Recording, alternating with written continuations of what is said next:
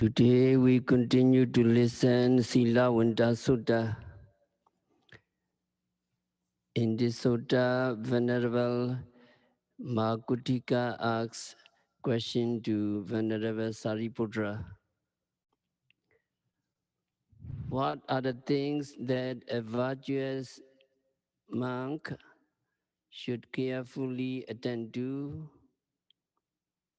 And Venerable Sariputra answer, Avuso Kutika, a virtuous monk should carefully attend to the 5 aggregates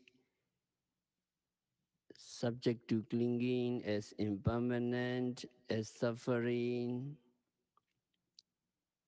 as a disease, as a tumor, as empty,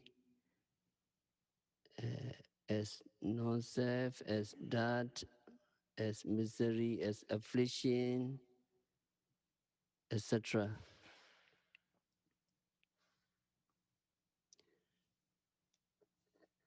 So according to this answer, according to this teaching, when we practice meditation, we have to observe the 5 aggregates of clinging. And also we observe every phenomena occurring at the 6 senses. And also we observe every postures. So yogi practice mindfulness when walking, when standing, when sitting, and when lying down, when bending, stretching, etc.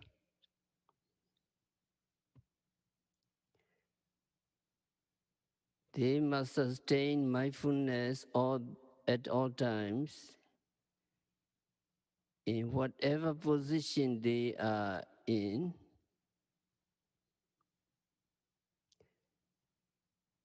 And the primary posture for mindfulness meditation is sitting with crossed legs, and also other walking and other activities.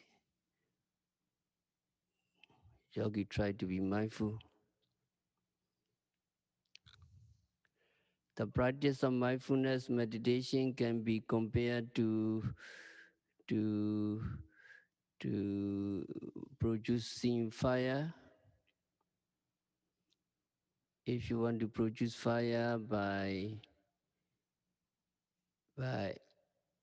energetically and continuously rubbing 2 sticks together so as to attain necessary intensity of heat when flame arise. There should be no gaps. There should not be no gaps.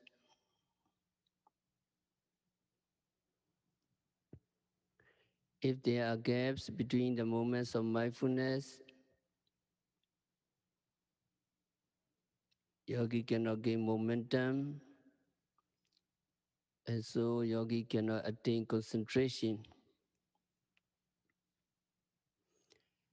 That is why yogi at the retreats are practicing mindfulness all the time that they are awake from the moment they wake up in the morning until they fall asleep at night.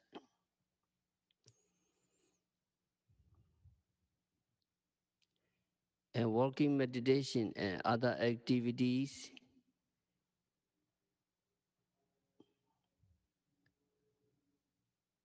are necessary to the continuous development of mindfulness.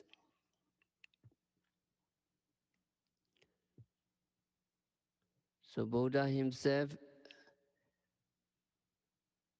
who first taught walking meditation in the Master Sutta, Buddha taught walking meditation. In the section called Idiyapada posture, Buddha said that a monk knows walking when he is walking. A monk knows standing when he is standing. A monk knows sitting when he is sitting. A monk knows lying down when he is lying down.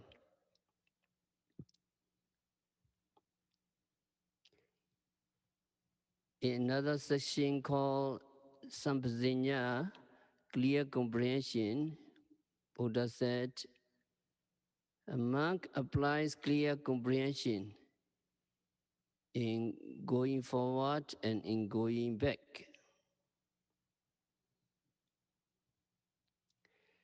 Clear comprehension means the correct understanding of what we observe.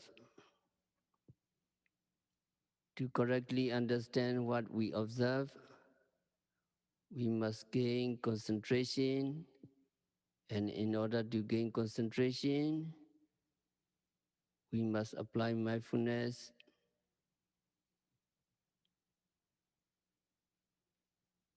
precisely.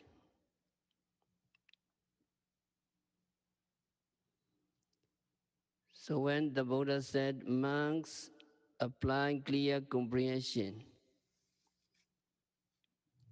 we must understand that not only clear comprehension must be applied, but also mindfulness and concentration. So Buddha was instructing meditators to apply mindfulness, concentration, and clear comprehension while walking and activities.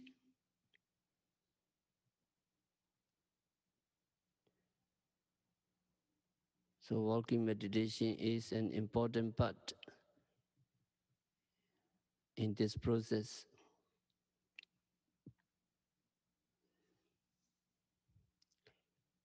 Now let us talk specifically about the practice of walking meditation.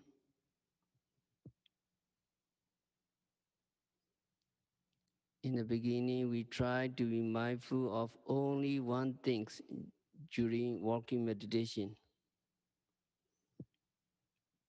To be mindful of the act of stepping while we make a note silently in our mind.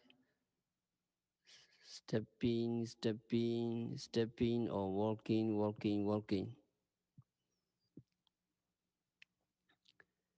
So yogi may walk at a slower speed than normal during this practice.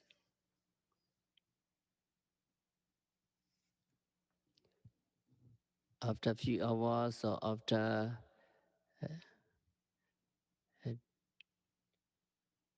after 2 of meditation, yogis are able to be mindful of 2 occurrences, 2 stages. Yogi can discover stepping and putting down the foot.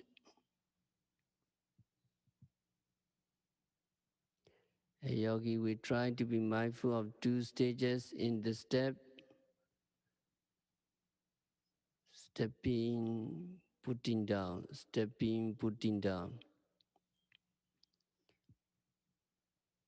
And the more stages you can discover, yogi can be mindful of 3 stages: lifting, moving, and dropping. Still later, yogi become more to be mindful of 4 stages in each steps: lifting, pushing forward, dropping, and pressing.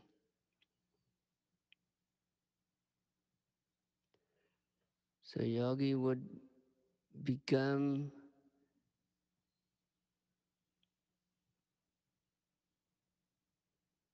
completely mindful and to make a mental note of these four stages of the foot's movement: lifting, pushing forward, dropping, and pressing. So at first, yogi may find it difficult to slow down, but as yogi are inclined to pay close attention to all the movement involved, and as yogi actually pay closer and closer attention, yogi will naturally slow down. Yogi do not have to slow down intentionally, but when yogi pay closer attention, slowing down comes to you automatically.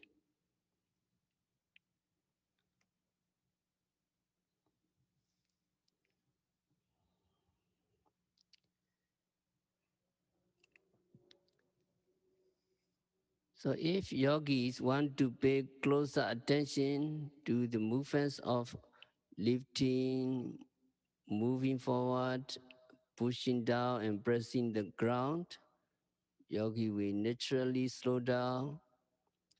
And only when yogi slow down, you can be truly mindful and fully aware of these movements. Although yogis pay close attention to slow down, yogi may not see all the movements and stages clearly. The stages may not yet be well defined in the mind. A yogi may seem uh, to see, and these stages may seem to constitute only one continuous movement. Now, yogi concentrate more, and when concentration grows stronger, yogi will observe more and more clearly these different stages in one step. The four stages at least will be easier to distinguish. Yogis will know distinctly that the lifting movement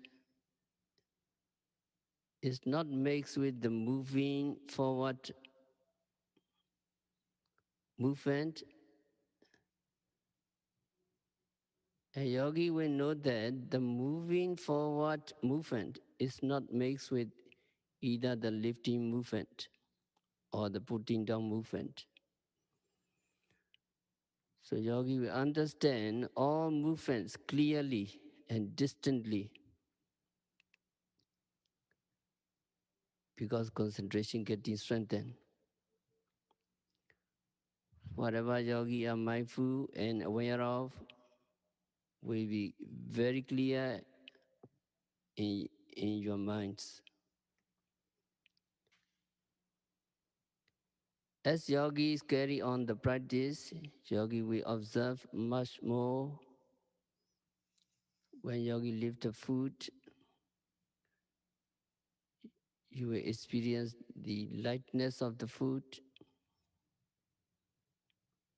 And when yogi push the foot forward, you will notice the movement from one place to another. And when yogi put the foot down, you will feel the heaviness of the foot because the foot becomes heavier and heavier as it goes down. When yogis put the foot on the ground, yogi will feel the touch of the heel of the foot on the ground. So along with observing, lifting, moving forward, putting down and pressing the ground, You will also perceive the lightness of the rising food, the movements of the food, and the heaviness of the descending food, and then touching the food, which is the hardness or softness of the food on the ground. So when you perceive this processes, you are perceiving the elements, especially the four essential elements. These essential elements are elements of earth, elements of water, elements of fire, and elements of air. By paying close attention to these four stages of your walking, these elements in their true essence, you will perceive, not merely as concept, but as actual processes, as ultimate realities.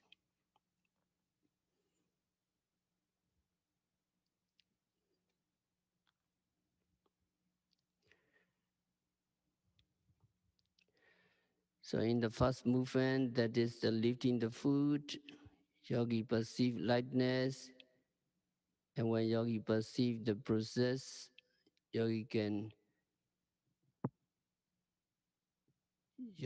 comprehend by yourself.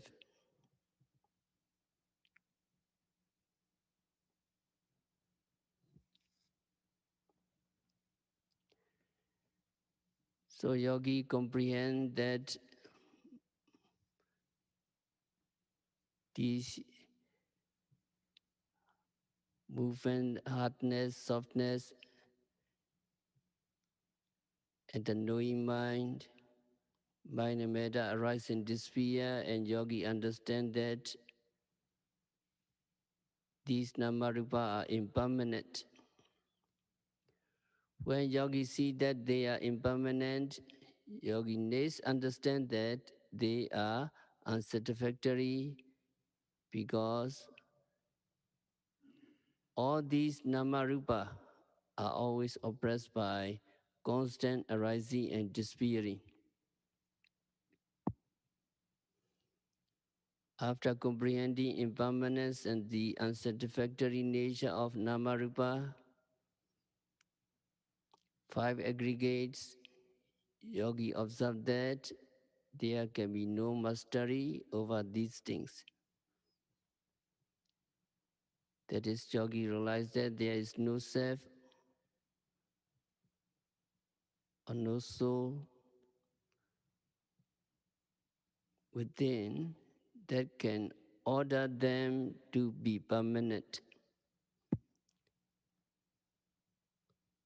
All these namarupa or five aggregates just arise and disappear according to natural law. By comprehending this, yogis comprehend the, the third characteristics of conditioned phenomena. The characteristics of anatta, the characteristic that namarupa have no self. So it is important to practice diligently and precisely. When yogis see the elements clearly, they lose the concept of a being. Yogis see now that there are just the elements, elements going, elements standing, elements sitting, elements lying down, elements bending, etc. When yogis see only these elements going, etc., yogi cannot see a person and lose the concept of a being.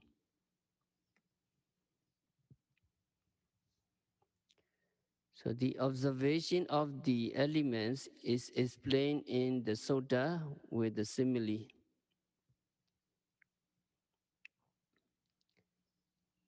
Commentary explained in this way. When a butcher is feeding a cow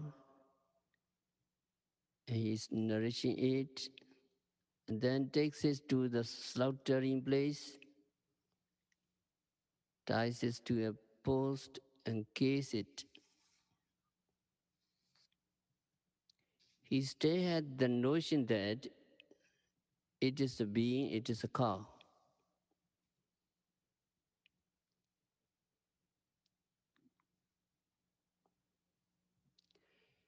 If someone would ask him, "What are you doing?" he would say, "I'm feeding the cow or I'm killing the cow."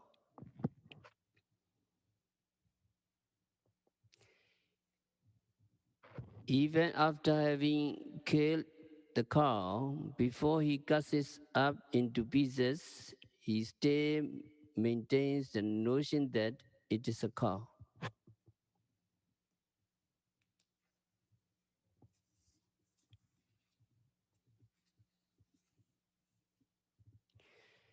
But when, after cutting the slaughtered cow into pieces, he takes and puts the pieces on a table at the crossroad, from that point on, he loses the notion of a cow. If someone would ask him, "What are you selling?" he would not say, "I'm selling a cow." He would not say. So after cutting the cow into pieces, he loses the concept of a cow. In the same way, when yogis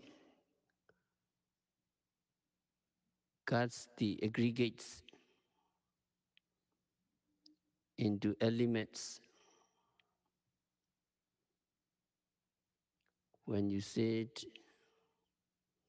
notice sitting, and when your concentration getting better, many elements you discovered, movement, tension, stiffness, and walking meditation, many elements can be discovered. So yogis cut the aggregates or namarupa into elements.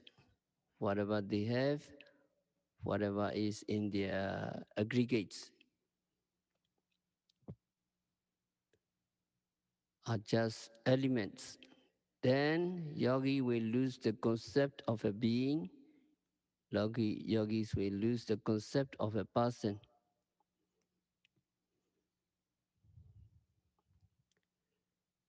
So this meditation was taught by the Buddha to eliminate the concept of there is a being.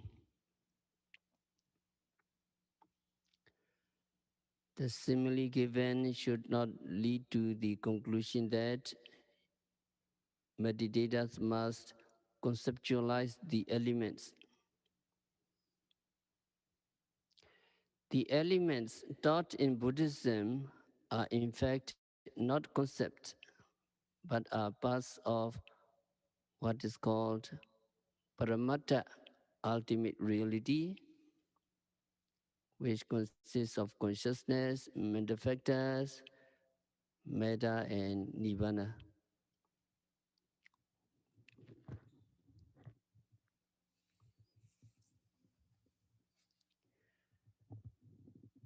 So when we practice meditation, we need to understand the four concealment of obstacle.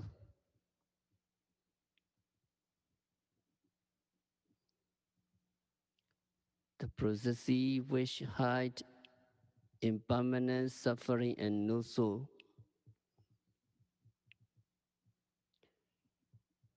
If we fail to see impermanence, Because we do not see the arising and disappearing of five aggregates, and we are tricked by continuity. Continuity hides the nature of impermanence. Continuity santati hides the nature of anicca, impermanence. We look at things, we look at our consciousness, and we see them as continuous when we are not mindful. In order to see impermanence, we must observe closely the arising and disappearing of the five aggregates. We must penetrate by means of concentration and insight, insight developed in meditation through the impression of continuity, which acts as a cover of impermanence. Let us think of a ring of fire. Someone has a torch and toss it to create an impression of a circle of fire. But we know that there is really no ring of fire. It is just the impression of individual position of the fire at different places and at different times. But our mind takes the impression as something continuous. Rather, our mind connects the impression and we deceive ourselves.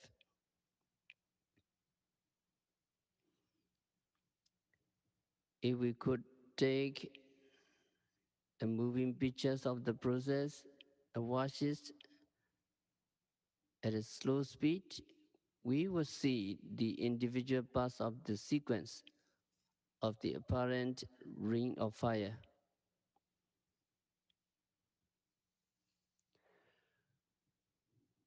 We would only see light at different places and not a circle.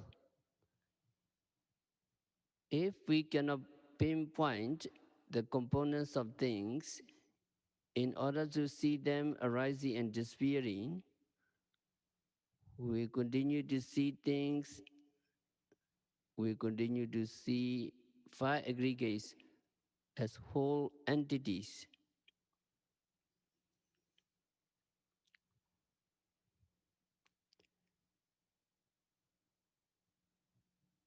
So we must observe, we must note, we must have note here that impermanence in this context means momentary impermanence, khana anicca. If we drop a cup and it breaks, we say it is impermanent, it is pinyati in nature. Or if a person dies and we say that the person is impermanent, it is pinyati in nature.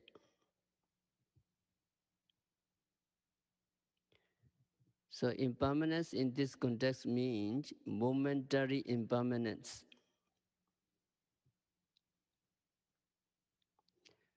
Pinyati in nature, the example of pinyati in nature, conceptual impermanence are easy to see. But when we use that term in the context of vipassana meditation, we mean the constant arising and disappearing of the five aggregates. And this can only be observed during vipassana meditation. And also in the same way, by dukkha, by suffering, we do not mean ordinary pain or ordinary illness We mean the constant oppression by arising and disappearing. And this can also be seen only in vipassana meditation. Even in phenomena we call pleasurable, it is arising and disappearing. We understand that dukkha nature is concealed by iriyabhata posture.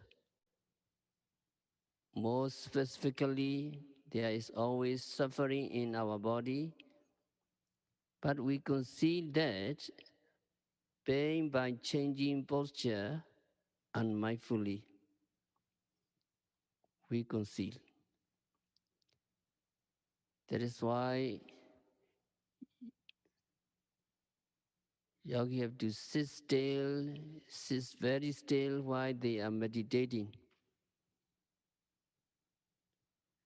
to discover the nature of dukkha, suffering.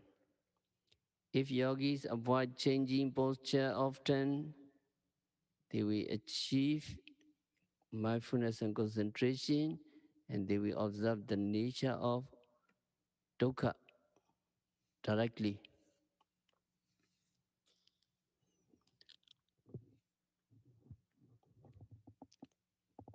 And anatta nature, non-self.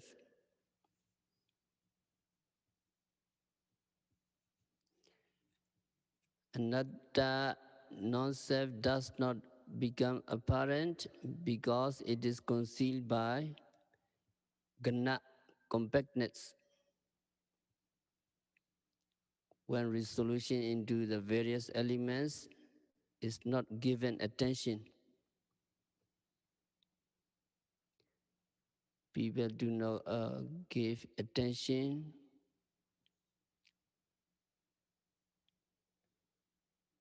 to the resolution into various elements.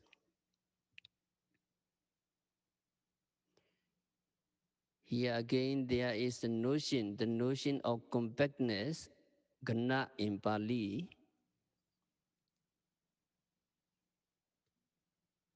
In reality, there is no compactness, but we always see things as compact. We always see aggregates as solid things.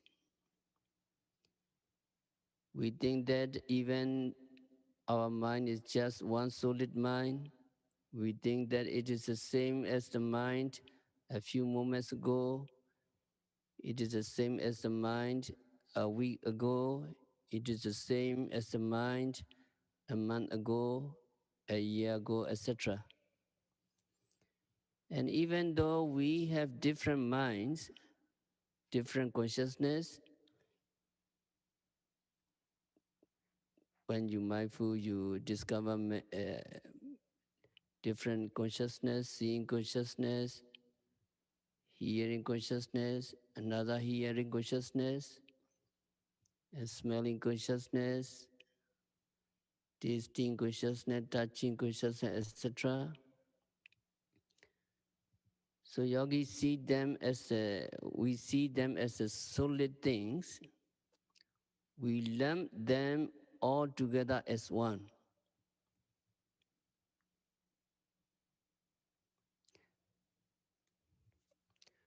So these aggregates are also concealed by the notion of compactness.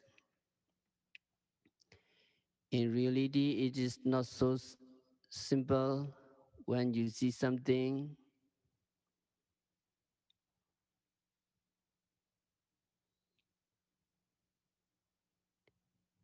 there is a things to be seen,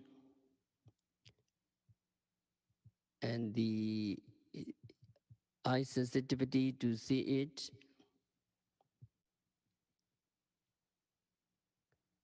and the seeing consciousness. So on our part, we have the eye sensitivity, retina, and seeing consciousness. They have different nature. So though the act of seeing is composed of many different moments of small mental state, normally we do not think of it that way. We take it as just one thing I see or it is seen. And also we take it as just one thing I hear, I smell, I taste, etc. Because we take each process to be one solid things. We take complex things, we take as we take a process as a mass,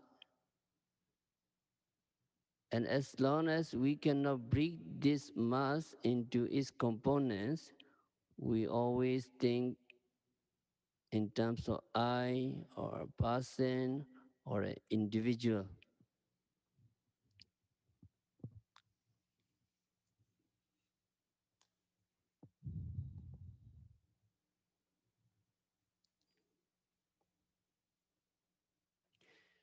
And there are also different functions performed by different mental states.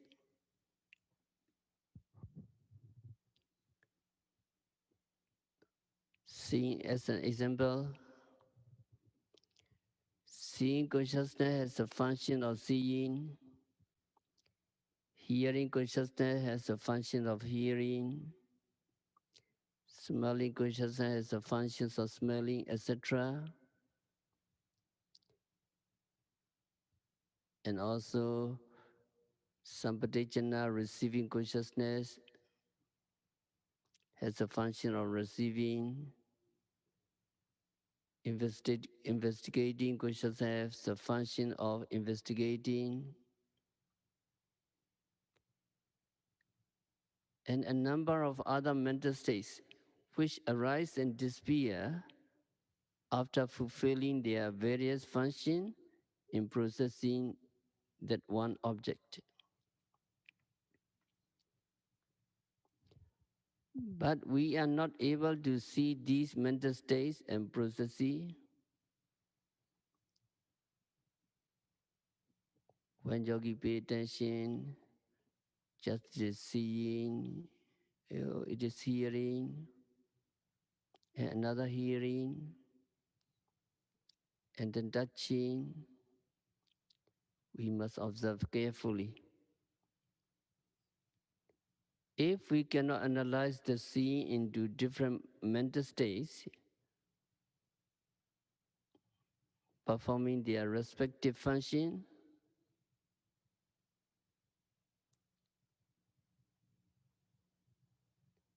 I see or a person see is what we normally understand.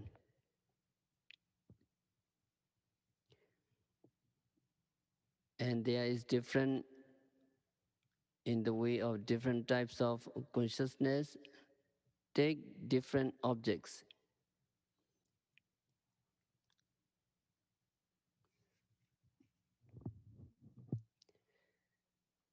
One type of consciousness takes a visible object and seeing consciousness takes sound as an object, and smelling consciousness takes smell as object, and so on. Different objects. But we just assume that it is one consciousness that takes these objects. We assume that the I see is also the I hear, etc. So if we do not see the difference in the way mental state takes objects, we cannot shake off the notion that it is one compact I who see, it is one solid I who hear, who smell, and so on.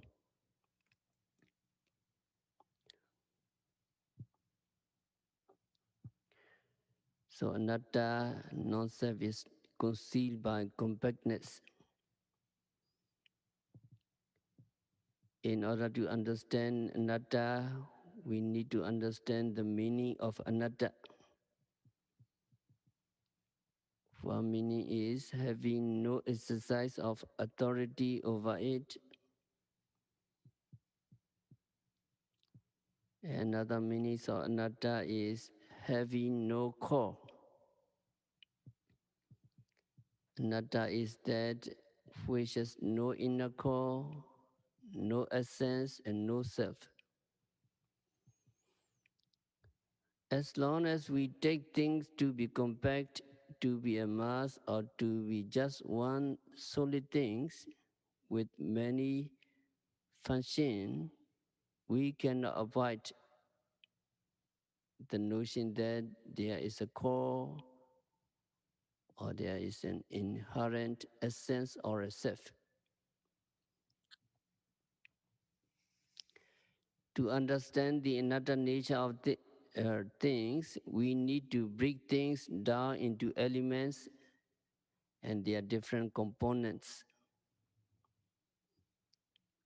As long as yogi cannot resolve things into their constituent parts, yogi will always think of them as one compact things.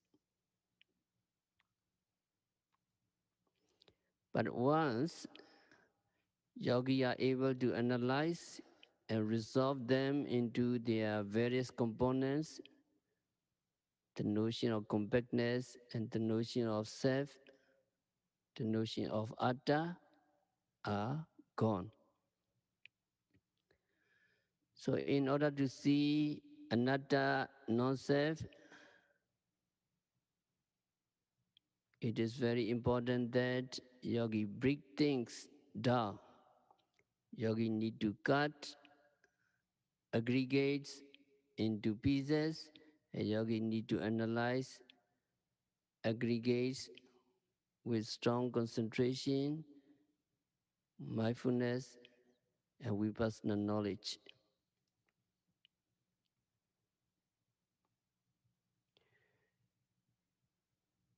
So Abhidhamma teaching is all about anatta,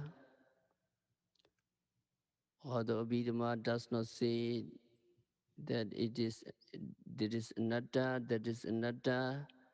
Abhidhamma tells us that everything is anatta because everything is minutely analyzed.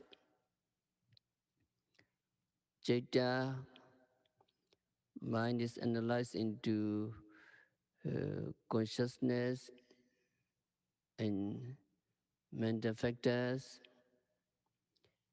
Then consciousness is analyzed into 121 types, and the mental factors are analyzed into 52 types, and so on.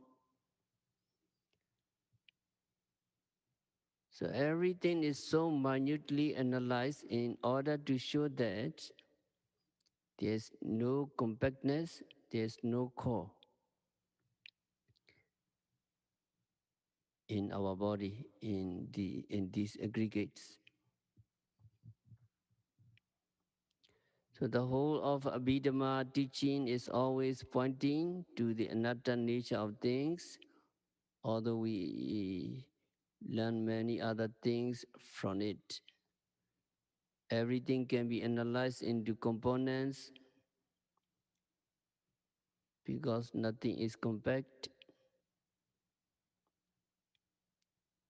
Since there is no compactness in anything, there can be no core, there can be no atta.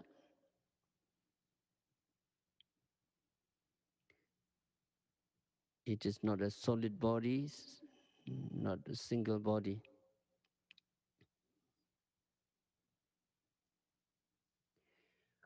When practicing vipassana meditation, yogi make notes of objects that appear at the present moment, and yogi see that at every moment of objects are different. And when you take mental states as objects, you know that there are many mental states, not just one compact mind. So yogi are able to resolve mind into many components. A yogi may not be able to name those components, but yogi see them and understand them.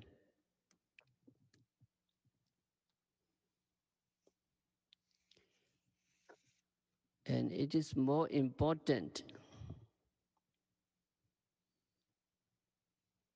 to be able to resolve objects into component states than it is to give names to them.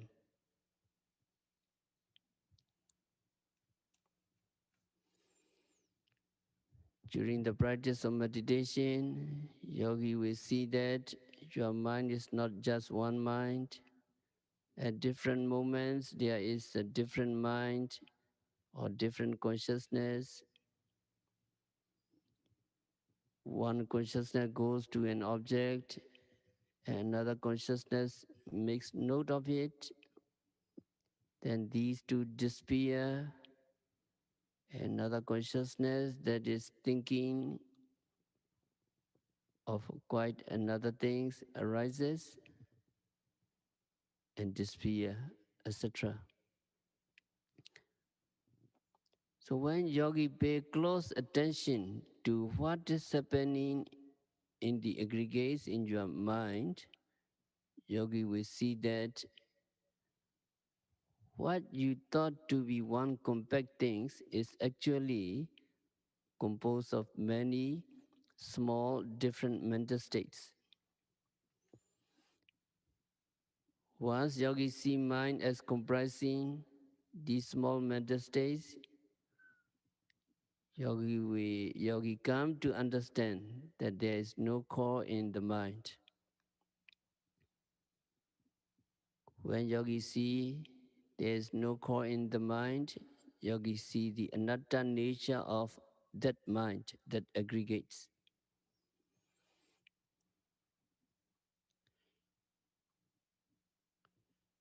Now yogi understand the three characteristics of all conditioned phenomena. The characteristics are impermanence, nature, characteristics of suffering, dukkha, and characteristics of non-self or no-core anatta.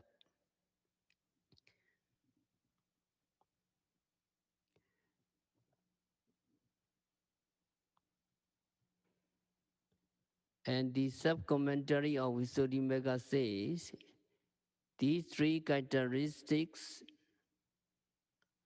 are not included in the aggregates because they are states without individual essence. This means that three characteristics are just a mode of conditioned phenomena, but not conditioned phenomena, so they are not included in the aggregates.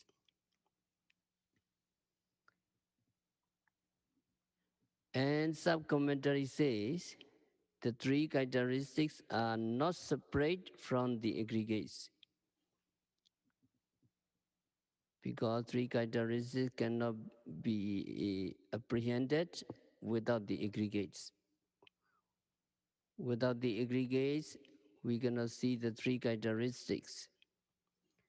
So three characteristics are not included in the aggregates, but they are not separate from the aggregates. They are three characteristics are concept applying to these modes of easy communication.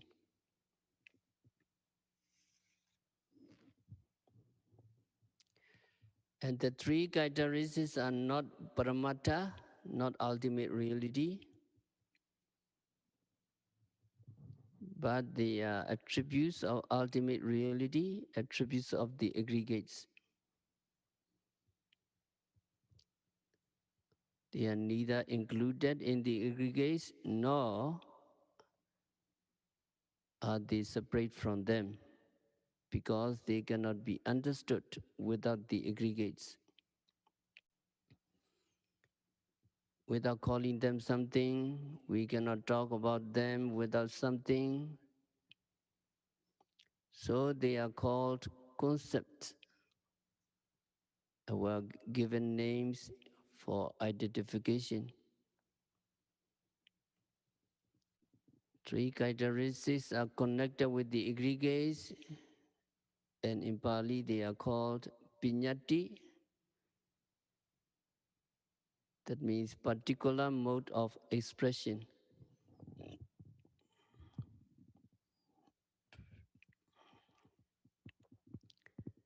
So it is to see these three characteristics that we practice vipassana meditation. We will see the three characteristics only when we practice continuously and precisely, not just by saying, oh, it is impermanent, it is suffering, it is not self, again and again. We must practice. Three characteristics can be understood only when we practice diligently, not by repeating the words or just thinking about them. So if we want to see the three characteristics, we must practice vipassana diligently. It is important. So when we practice vipassana, in the beginning, try to develop concentration in order to make our mind steady, still, and free from mental hindrances, sensual desire, ill will, sloth and torpor, etc. Mental hindrances to be free. Then when your mind is free from mental hindrances, concentration comes to you. Through concentration, yogi begin to see aggregates clearly. Yogi begin to see them separately. Yogi begin to see aggregates or namarupa occurring at the same time as a pair. Yogi see the rising abdomen and mindfulness of the abdomen, or yogi see the in-breath and the mindfulness of in-breath. Yogi see the out-breath and mindfulness of out-breath. So these namarupa, these things yogi see separately, not mixed with one another. After seeing that, yogi will also see conditionality. Yogi will see that because of the rising abdomen, there is mindfulness of the abdomen. Because there is the intention to stretch, there is stretching. So stretching, you can see two things. One is intention and one is stretching. And then yogi will see objects arise and disappear.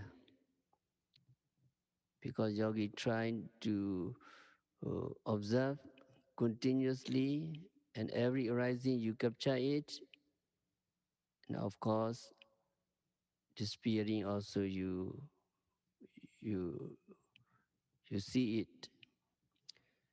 So when yogis see the aggregates arise and disappear, yogis see the impermanent nature of the aggregates. When yogis see the impermanent nature of the aggregates, yogi also see their dukkha nature.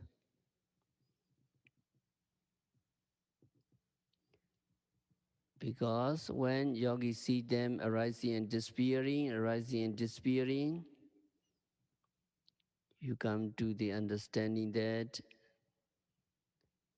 the five aggregates or namarupa are bombarded and oppressed by arising and disappearing continuous oppression by rising and disappearing is what is meant by dukkha, suffering. And when you see the impermanent nature and suffering nature of the aggregates, yogi can also see their anatta nature. Yogi see things arising and disappearing, which means there is no core in them. If there were one core in them,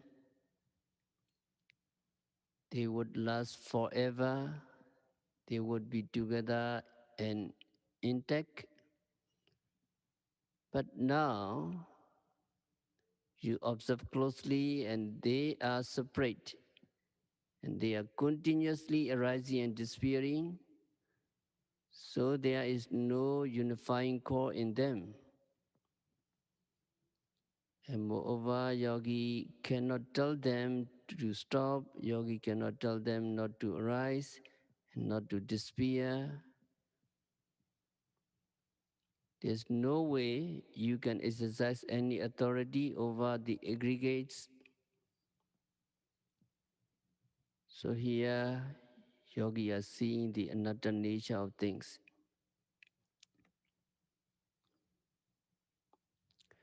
Through the practice of vipassana meditation, and through paying close attention to the objects at the present moment, yogi can discover nature, dukkha, anatta for yourself.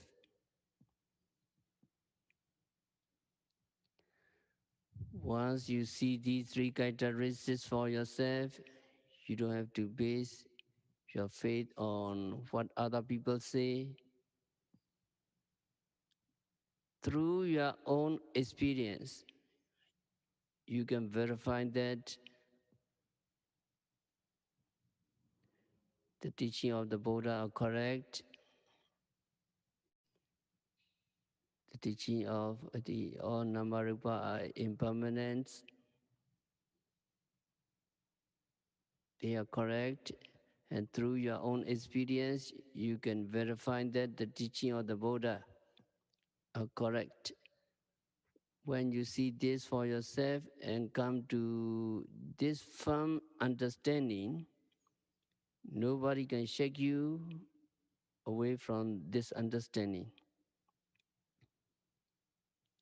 This understanding becomes your very own property, your very own knowledge. So it is to possess this knowledge that we practice vipassana meditation.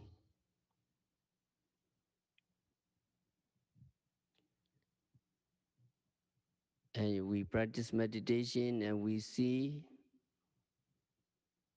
the aggregates, we see our body disintegrate into particles. We see our body disappear.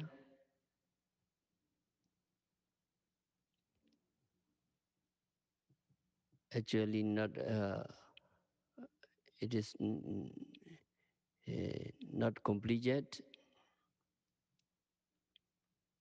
Even though we see our body disintegrating, we still be thinking, oh, what are the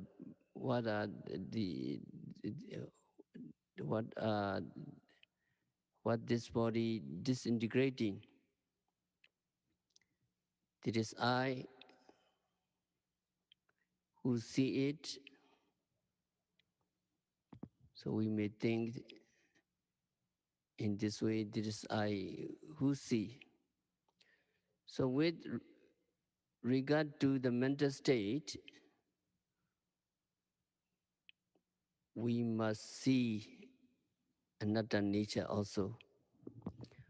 Only when we see both nama and rupa of our aggregates as arising and disappearing at every moment, we can say that we have seen the anatta nature.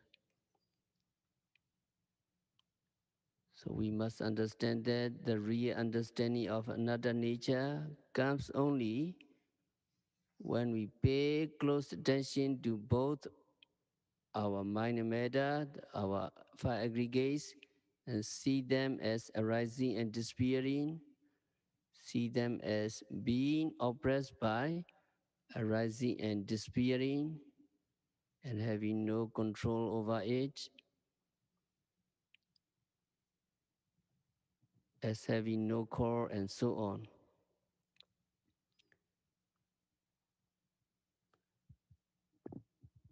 So it is important to see these three characteristics. So let us practice vipassana meditation for a few minutes.